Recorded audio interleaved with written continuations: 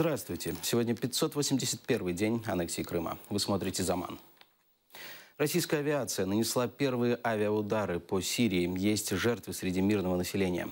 Немецкое издание «Билд» сообщает о 65 погибших и сотне раненых. Сегодня Совет Федерации санкционировал использование российских войск за рубежом. Верхняя палата парламента проголосовала единогласно. Предложение об использовании войск внес лично Владимир Путин по просьбе сирийского президента Башара Асада. Уже через несколько часов после этого американская сторона зафиксировала первые авиаудары российских самолетов.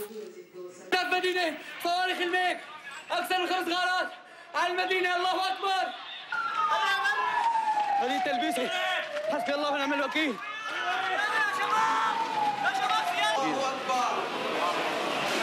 8 شهداء بينهم طفل. صلاة جنازة على الشهداء. Президент Украины Петр Порошенко во время выступления в Генассамблее ООН раскритиковал аннексию Крыма и агрессию России на востоке Украины. Кроме того, глава государства рассказал главам иностранных делегаций о лицемерии Владимира Путина. В частности, речь шла о предложенном президентом России создании антитеррористической коалиции. За последние несколько дней мы слышали примирительные заявления России, в которых она, в частности, призвала к созданию антитеррористической коалиции и заявила о пожароопасности заигрывания с террористами. Прекрасно сказано, но очень сложно в это поверить.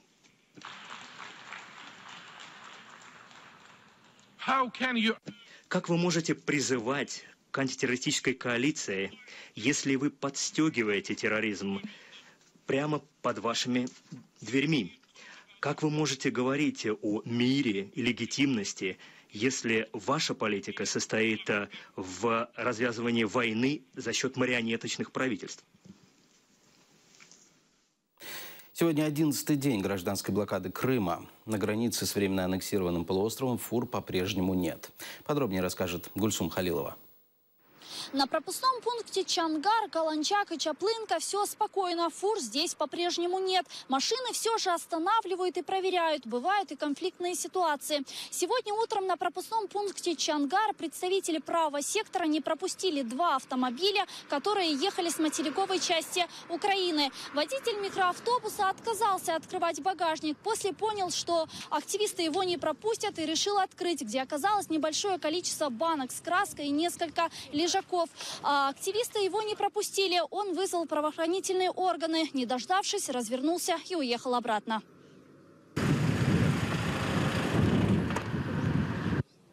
Эту машину активисты также не пропустили. Утверждают, водитель имеет 2 гражданства. Представители правого сектора провели проверку документов. Сам же водитель не отрицает, что имеет российское гражданство. Предлагаю посмотреть, как это происходило.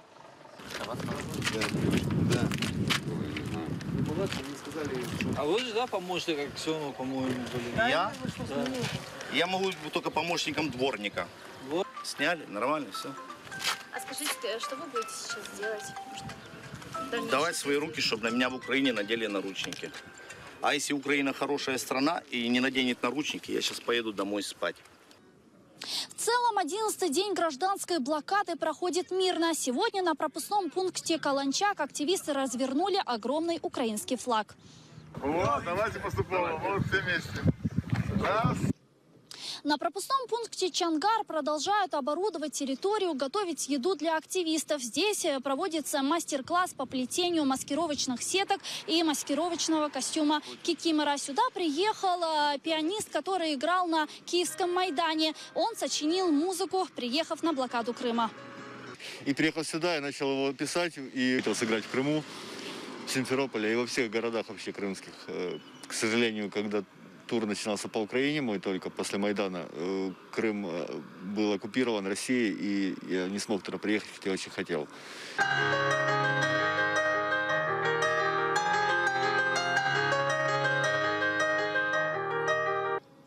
Гульсум Халилова, Олег Казыкин, Заман, АТР. В Верховной Раде Украины зарегистрировали законопроект о полной блокаде временно оккупированных территорий. Автор документа Дмитрий Линько от радикальной партии Олега Ляшко. В частности, он предлагает прекратить железнодорожное, грузовое и автобусное сообщение с этими территориями. Якщо буде закон, що будь-яка фура, яка з'являється на блокпосту, це порушення, то не буде взагалі їх там і не буде ніяких порушень, не буде ніякої контрабанди. Тільки так це можна побороти.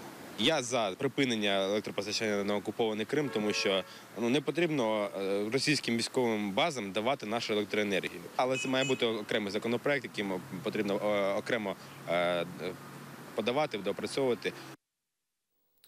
В Херсоне ночью взорвали здание представительства президента Украины в Крыму, сообщает Крым Реалии. В результате взрыва повреждены двери, пострадавших нет. Эксперт украинской миротворческой школы Георгий Бянов говорит, что это похоже на спланированную акцию. Это могло произойти после выступления Петра Порошенко на Генассамблее ООН. Также эксперт связывает взрыв с акцией гражданской блокады Крыма. Приїхав на роботу о 8 годині, побачив пошкодження дверей, осколки. Дірка в дверях. Повідомив керівництво і одразу зателефонував 102. Стан такий, я не знаю, що коментувати. Правоохоронні органи працюють. Дав, що бачив, дав свідчення. Відповів на їхні запитання. Далі будуть працювати. Сподіваюсь, ми будемо і далі працювати. В Крыму неизвестные разорвали плакаты с изображением будущей соборной мечети в Симферополе. Также злоумышленники замазали краской несколько плакатов с изображением макета Джума-Джами. Плакаты соборной мечети висели на заборе, ограждающем территорию строительства. Их повесили на церемонии старта строительных работ. Соборную мечеть в крымской столице планируют построить минимум за 3 года.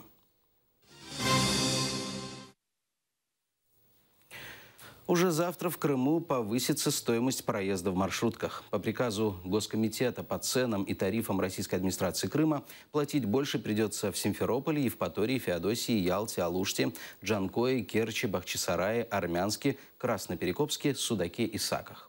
Эксперты прогнозируют, это не последнее подорожание в ближайшее время. В Симферополе стоимость проезда поднимется на 2 рубля. Новый тариф 12 рублей связан с подорожанием запчастей на автобусы и ростом цены на топливо, отмечают перевозчики. Если, к примеру, брать самое дешевое одно колесо, стоит 10 тысяч рублей. Это самое дешевое, которое не особо качественное. Если более качественное, 12-14 тысяч колесо. Как вы знаете, 6 колес, это автобусу надо работать несколько месяцев, чтобы только колеса поставить. Плюс масло, плюс остальные запчасти, это очень дорого, очень сложно. А также повышением зарплаты водителей. С завтрашнего числа, значит, не только проезд дорожает, повышается минимальная зарплата водителя, всех работников, да, в 2 раза. Если раньше было 6 тысяч, на завтра уже будет 12 тысяч. То есть из этого надо исходить, из этого надо платить налоги, из этого надо платить зарплату. Эти деньги где-то надо брать. Однако перевозчики все равно недовольны. На их взгляд, тарифы должны быть гораздо выше. Проезд на сегодняшний день было оптимально, было бы 15 рублей. 12 рублей, оно погоды никакой, ничего не поменяет. Те же проблемы будут. Жалуются на новый тариф и водители. Сдачи давать нам неудобно. Если у нас будет сейчас 12, то нам еще будет тяжелее работать. И как бы с мелочью. Жители города говорят, повышение небольшое, но все же, учитывая, что растут только цены, а не зарплаты, новый тариф расстраивает. Потом 15 рублей будет, и так дальше будет продолжаться. Конечно, дороговато. На бюджет тоже, конечно, повлияет. Все дорожает относительно. И маршрутки, и проезд, и продукты питания. Непонятно, с чем это связано. С правительством, наверное, связано. Зарплаты, наоборот, понижаются. Я точно знаю, у медработников у нас идет на понижение зарплаты. С завтрашнего дня подорожают проезды в маршрутках Евпатории, Феодосии, Ялта, Алушты, Джанкое и Керчи. Там за поездку надо будет отдать 12 рублей. В Бахчисарае 11, в Армянске, Красноперекопске, Судаке, Саках 10 рублей. И это повышение не окончательное, прогнозируют перевозчики. В следующем году тариф может вырасти до 16 рублей. Эльмас Ибрамова, Эдем Асанов, Заман, АТР. Вице-премьер российской администрации Крыма Дмитрий Полонский участвует в конференции Бюро по правам человека ОБСЕ в Варшаве. Агентство «Крыминформ» сообщает, Полонский на форуме планирует говорить о межнациональном мире и согласии на полуострове. В форуме он участвует как член президиума русской общины Крыма. Ранее Польша отказала во въезде в страну другому российскому вице-премьеру Крыма Георгию Мурадову, который также планировал участвовать в конференции. Глава российской администрации Крыма Сергей Аксенов выступил против масштабного кадрового десанта из Москвы. Настаивает, чтобы Белокаменная не отправляла в Крым своих чиновников. Такое предложение он озвучил вице-премьеру России Дмитрию Козаку, сообщает «Коммерсант». В частности, Аксенов попросил об отмене поручений, согласно которым в каждое крымское министерство назначаются первые заместители из федерального центра. По словам Аксенова, на полуострове достаточно своих компетентных кадров, а из Москвы якобы в Крым направляют людей не того уровня.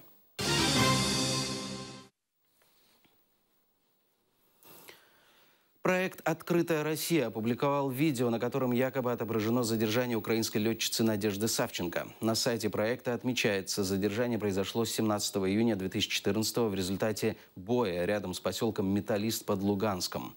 На видео женщину задерживают боевики ЛНР. Лица женщины не видно, оно спрятано под тканью с надписью «Самооборона Майдана». Самооборона Майдана. Женщина-снайпер.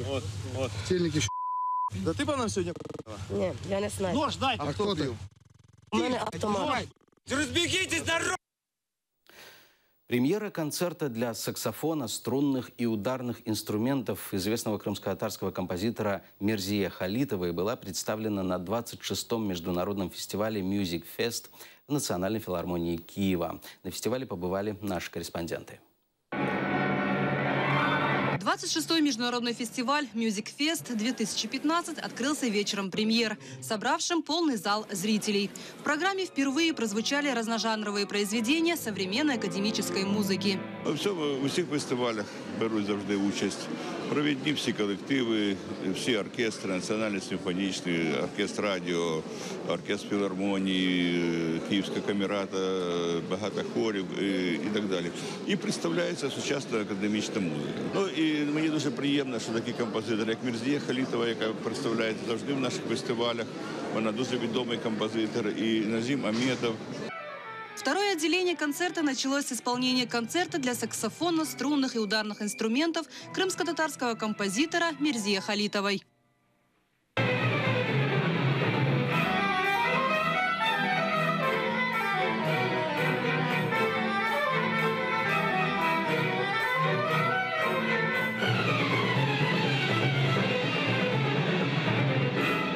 Самого композитора на концерте не было. Солист, исполнявший с концерта партию саксофона, заслуженный артист Украины Александр Рукомойников говорит, что ритмичная организация крымско-татарской музыки немного непривычна для него. В принципе, музыка мне близка и знакома, потому что так как я занимаюсь джазовой музыкой, преподаю джазовую музыку в Институте музыки Глиера, то ритмическая организация 5/8, переменные размеры, они достаточно мне близки и понятны. Вот. Ну, пришлось, конечно же, порепетировать.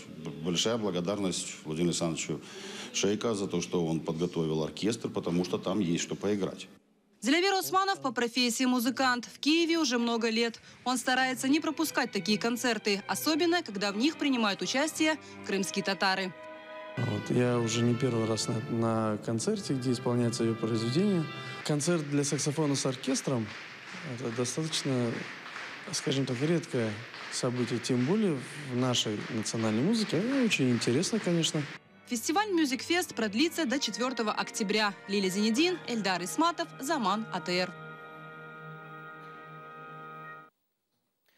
В России установили памятник Тарасу Шевченко. По словам главы Украинской национально-культурной автономии Новосибирска Владимира Паука, постамент открыли в честь 200-летия со дня рождения поэта. На памятнике надпись «Обнимитесь же, братья мои, молю вас, умоляю».